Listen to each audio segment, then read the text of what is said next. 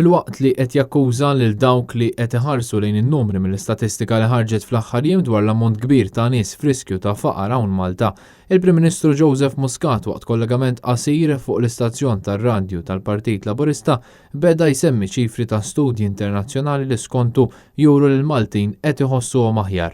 Dejjem għajt ngħid u bqajna ngħidu li dak l-aktar li jobs huwa dak li jħossu il-familji Maltin u għawċi.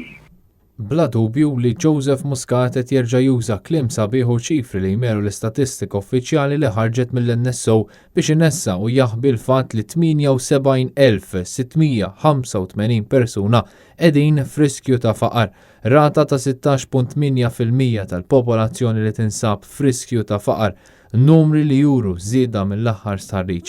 Dan biex wieħed ma jsemmix ukoll il-113,238 persuna li jinsabu f'riskju ta' faqar meta tinkludi benefiċċji bħal pensjoni. U dan il-gvern allura issa għandu bil-fatti mill-ġdid il-prova illi il-miżuri li nkun nieħdu qed jirnexxielna illi niġġieldu il-faqar bil-fatti.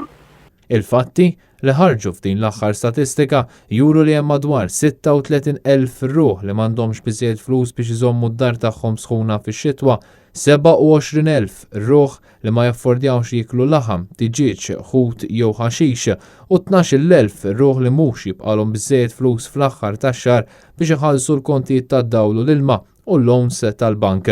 Il-fuq minn 9,500 ruħ m'għandhomx biex jixtru karozza. Madankollu Joseph Muscat jibqa' jmer il-fatti. Ovvjament jista' jkun hemm interpretazzjonijiet dwar numri assoluti li jvarjaw minn interpretazzjoni għall-oħra. Numri kbar ta' qdiet ukoll stqarru li s-sitwazzjoni preżenti mhux kif qed jipprova jpinġi għall-Gvern. Is-CEO ta' SOS Malta, Claudia Taylor East, qalet li s-sitwazzjoni ta' pajjiżna hi waħda tal-biki. Inkwetanti u and it's sad, ġifiri jien ma nixtieqx nara faqar f'pajjiżna, imma għalhekk irridu nkunu konxi tas-soċjetà u l-problemi tas-soċjetà kif nistgħu intejbuhom il-problemi tas-soċjetà. Father Hilary Tanja Ferro li jmexxi l-Millennium Chapel f'Paċeville qabel li f'pajjiżna hawn bżonn li jsir xi ħaġa. Forsi fid-der jidher li Malta kollox wartu żgħar, pero fil-verità għad baqa ħafna nies illi l-ħajja għalihom hija ibsa u diffiċli.